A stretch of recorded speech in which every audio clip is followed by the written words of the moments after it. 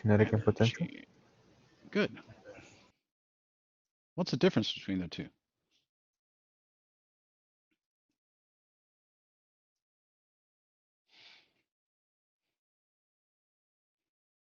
Kinetic energy is based on the energy of motion.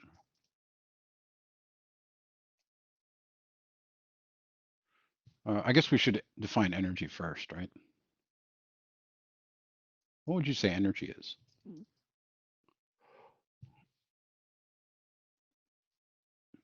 The ability to do work or transfer Couldn't have said it heat. better myself.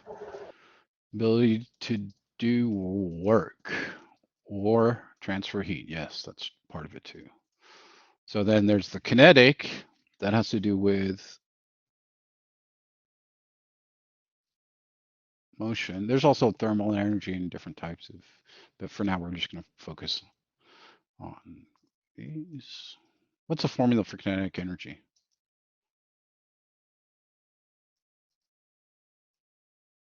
I believe it's 1/2 mass times velocity. Is that right? Close. 1/2 mass times E. What are you forgetting? Oh, squared. I Velocity ain't never squared. squared. Good. All right. And then potential energy is going to be relative to the position, but or we'll deal with that more in physics. But for now, these atoms are going to have electrostatic interactions. There's a whole semester of physics based on the subatomic charges and their interactions and their movements and currents and all that. But right now, what they do is they want you to look at the electrostatic energy, more of a broader conceptually based approach. So there's something called Coulomb's law that you will study in physics too, that describes this specifically, but here they give you an approximation in your text of it, in which they say that the energy is proportional. So I can't, there's no symbol for the proportional in here. I'll come back and write that out, to the product of the charges and then over the distance. Okay.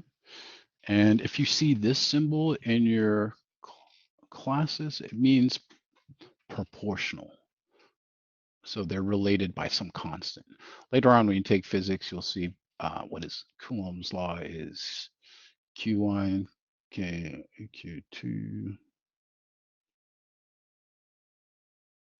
over R squared, and then the electric field gets rid of one of those. Okay.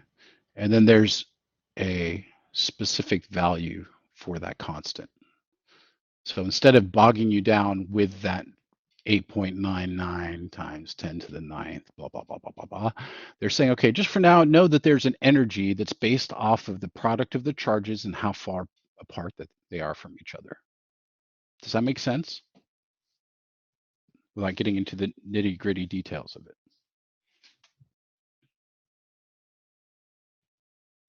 I think it makes sense. Okay. You should know that positive or like charges do what? Repel each other. Good. And then opposite charges attract each other.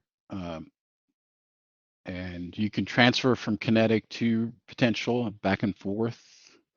What are the units of energy? What is the SI unit for energy? Do you guys know?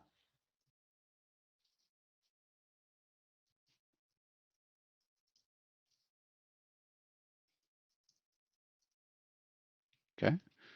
And the conversion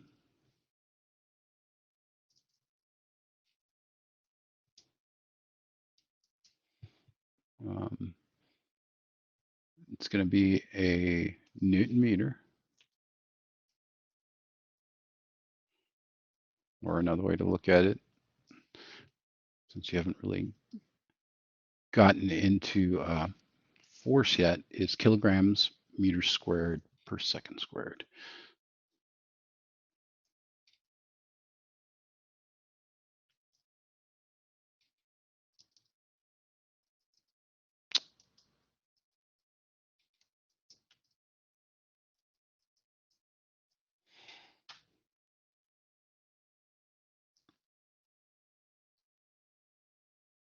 Okay, a Newton is for force. 1 Newton, or newtons, are used to measure force.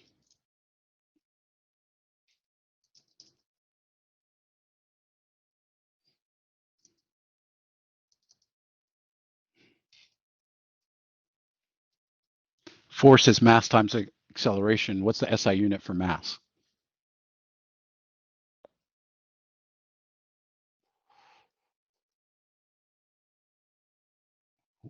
We went over this last time. It was on the table. I asked you guys to memorize it. Okay, it's going to be kilograms, and then for acceleration,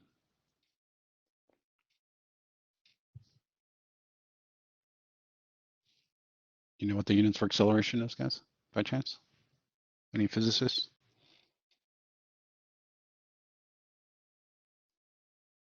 Meters per second squared. Okay.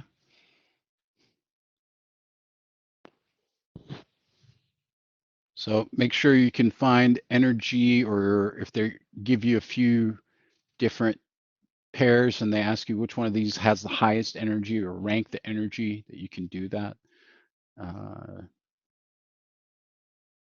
So how many of you have been doing the problems inside the textbook like I requested?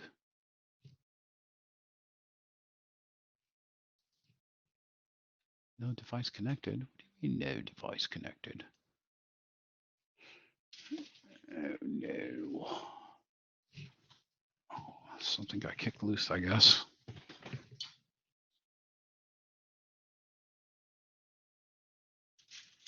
It's just working a second ago.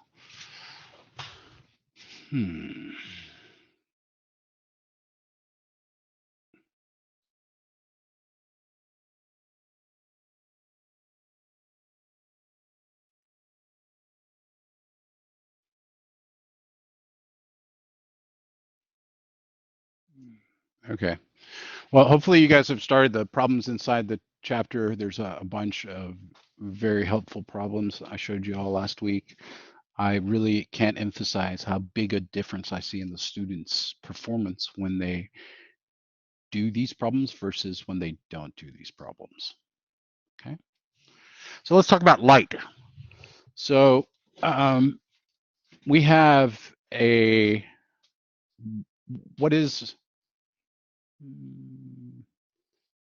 light in general? Well, here, let me do this.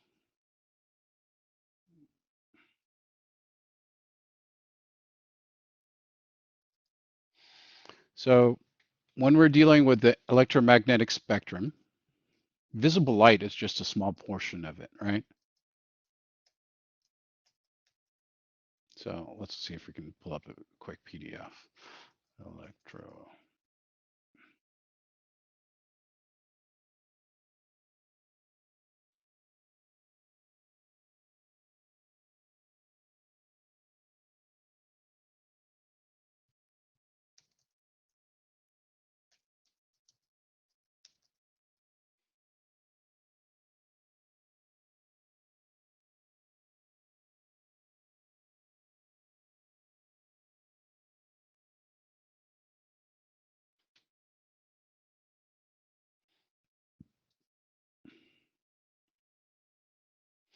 Oswaldo, can you make the review on Friday night?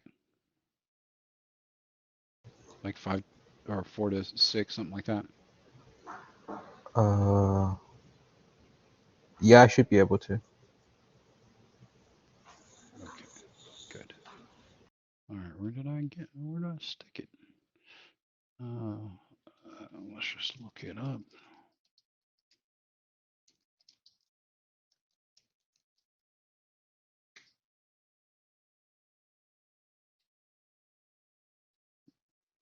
There you are. And then let's bring it on to bit paper.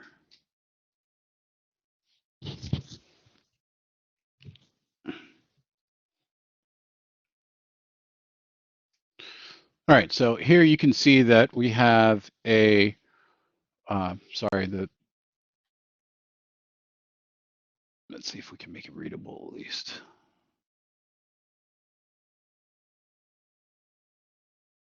Oh well, that's good enough.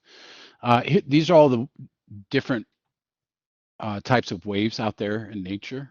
And you can see that our visible portion is a very small sliver of what's out there. Everything from the gamma rays to X-rays, radio waves, we're somewhere in the middle. Roy G. Biv is a good acronym. You guys know Roy G. Biv to remember the colors? Try to use acronyms, little silly stories, stuff like that.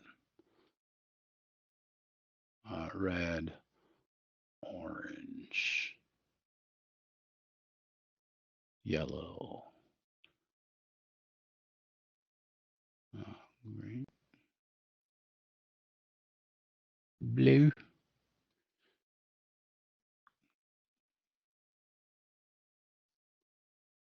violet. Okay.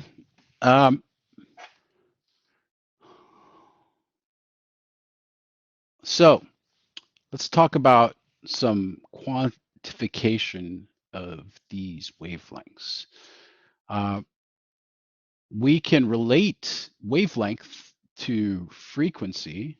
So let me digress. Let's go backwards a little bit. So if I'm looking at a sine wave, for instance, let's kind of review some terminology.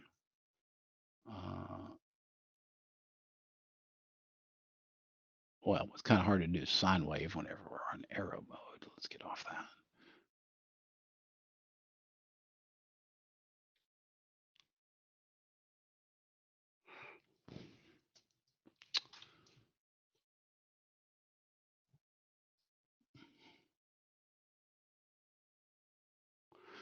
Right?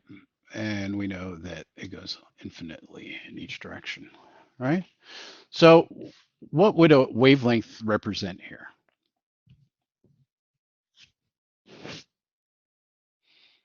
Well, a wavelength would be the distance from either peak to peak or trough to trough, right? And whenever we're dealing with wavelength, we can relate it to frequency. How? So this is wavelength.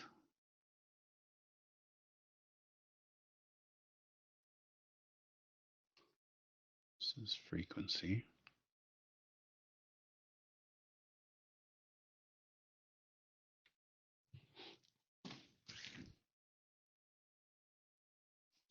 What is the product of these two things equal? Speed of light. Very good. Faster than the speed of light. Speed of bright. Right? That's UTU's motto. So what is the speed of light? Do you guys know what that constant is?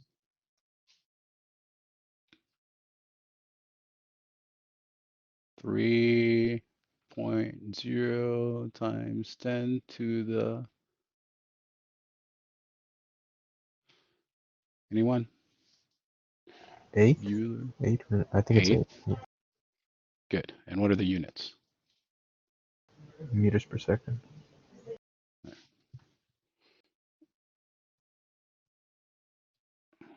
Okay. So be able to convert from wavelength to frequency or vice versa, right? You just divide by one or the other. This is an equation. Hopefully your algebra skills are good enough to handle something like that.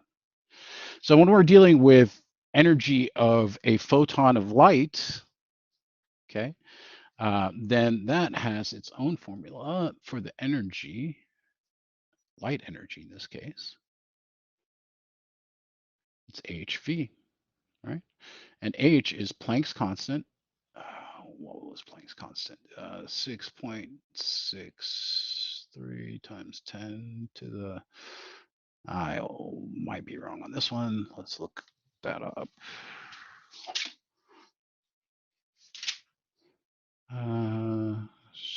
Nope, we're good.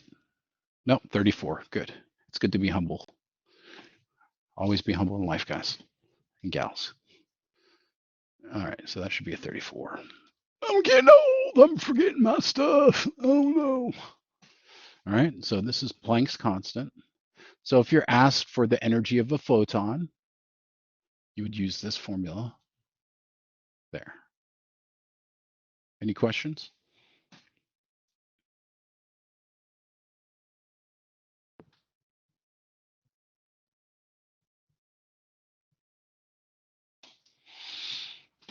I'll take that as a no.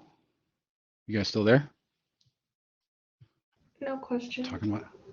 Okay. Don't forget that this is the amplitude.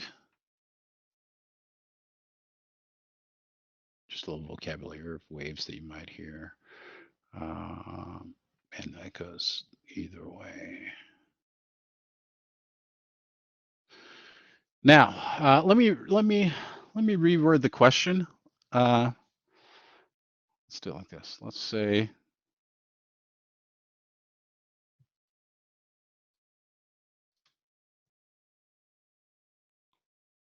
what? Oh, I don't want to be blue. What is the energy of a photon that has a wavelength of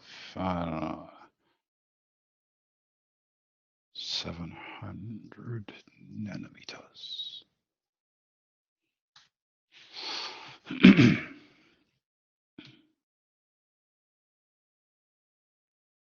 Okay, everybody take a second, try to do this problem based on what we've been talking about.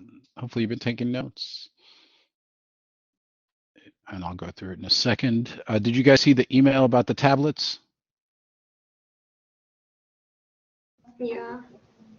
Okay, just email her, set up an appointment, and go grab your tablet. That way, usually at this point, what would happen is I'd say, okay, guys, who wants to solve this problem? And you could write on your tablet and it would show up on this screen.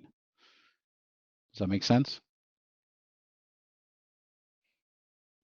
I would upload this link into our chat for our tutoring session, and then y'all would come into this same virtual online board, and we would all be, it's as if we were writing on the same dry erase board in the classroom. Okay, any ideas on how we do this one? Would we have to convert the wavelength to meters? Okay, the SI unit for wavelength is in meters. What else do we have to do? Find the frequency. Okay, that's one way we could do it. So let's look at both methods. Method one, she's saying to convert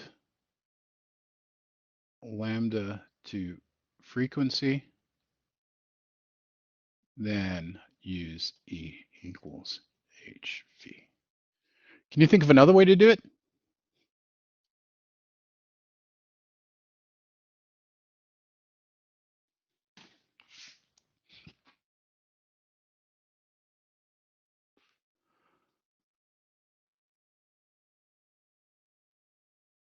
Can we use what is it?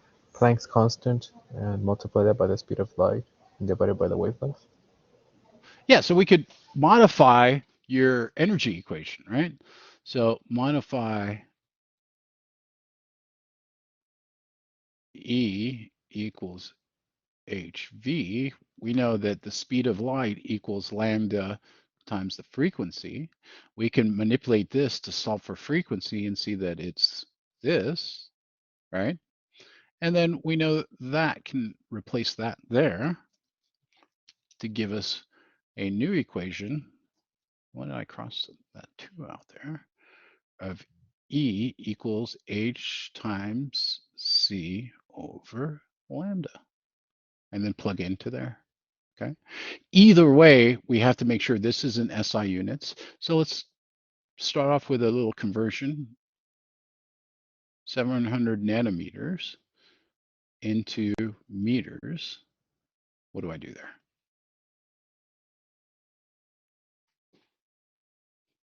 What I tell y'all to do for conversion? Put nanometers on the bottom and then meters on the top. Yes, ma'am. And then what was step 2? Put a 1 where meters is. Good, because that's the bigger unit of measure, right? You're so silly, Desta. Why are you so silly? Okay. What does that allow me to do? By putting 1 on the larger unit of measure, right?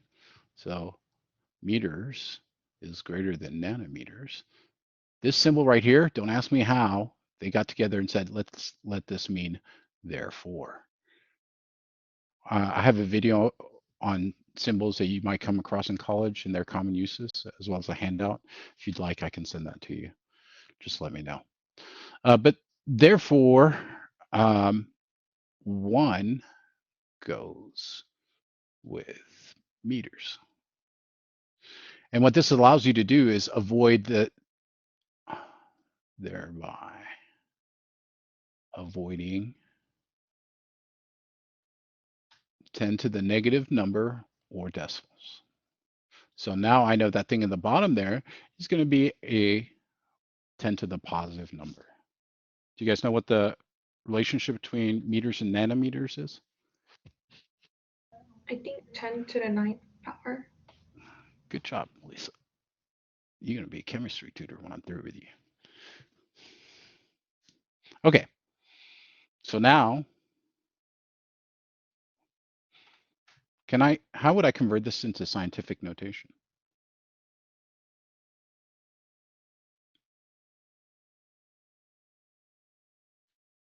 Yeah, we'll come back to that. Okay, so here, if you did this on a calculator, you would get 7 times 10 to the negative 7th meters, right? Because this is 2 zeros. I take away the 2 zeros, and I'm left with 7 down there. You guys with me? You can do it on your calculator and confirm. And then we can plug in to here if you're using this method, or plug into here, actually, step 1. So if I wanted to find the frequency method, that would be 3.0 e to the 8th over that 7e negative 7 meters. And then your units here is going to be seconds inverse. Do you know what the common way we refer to frequency is? There's a SI unit for frequency. Hertz. Oh, I'm sorry. Did you stub your finger or something? Oh man, my jokes are so bad. I'm sorry. But I can't resist. So do this on a calculator, someone. What do you get?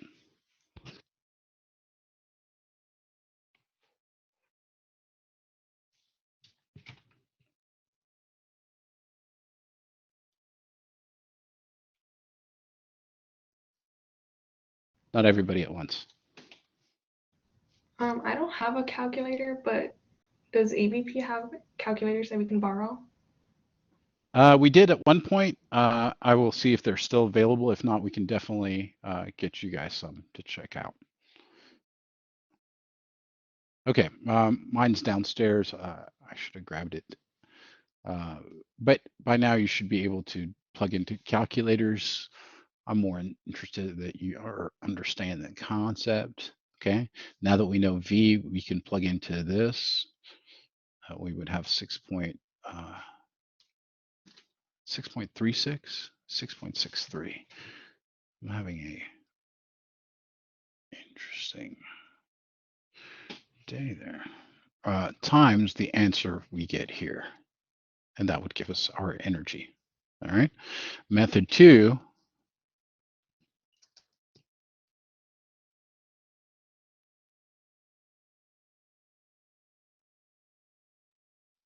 That would be us The plugging in first one should be 4.3 times 10 to the 14. the first one. Oh, whenever we plug in for frequency? Yeah. 4.3 times 10 to the negative what? 13? 10 to the 14. 4 point times 10 to the 14.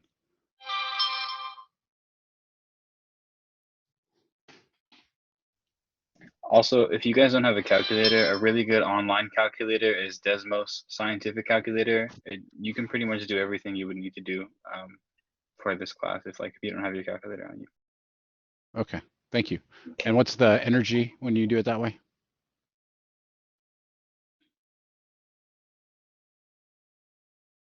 Did you plug in? Try to bring your calculators to these sessions, okay? I want you guys to be interactive. I'm trying to be nice because you guys are freshmen in college. I'm gonna kind of walk you through the beginning transition of what's expected of you. However, as time progresses, I'm going to push y'all to be more and more interactive.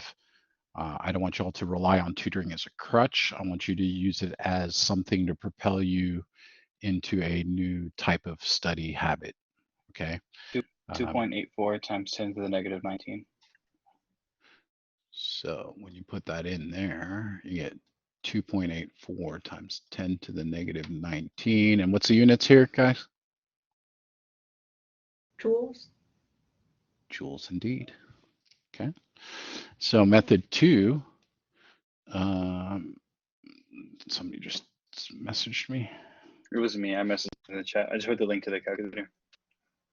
Okay, thank you. What happened to my page of the AVP?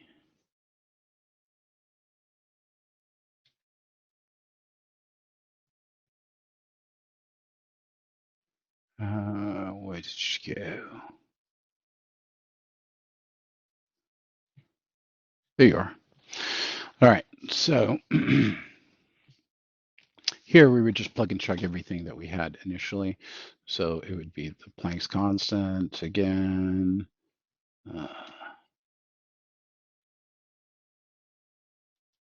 And then here we would have the speed of lines. Either way, you're going to end up with the same answer. Any questions on this problem? And then the lambda that you started out with, but make sure it's in the proper SI unit. So here, this would be the 7e negative 7 meters. And then that should also give you this. You can confirm. I wonder why my full vision document viewer is not working. Did I unplug something? Okay.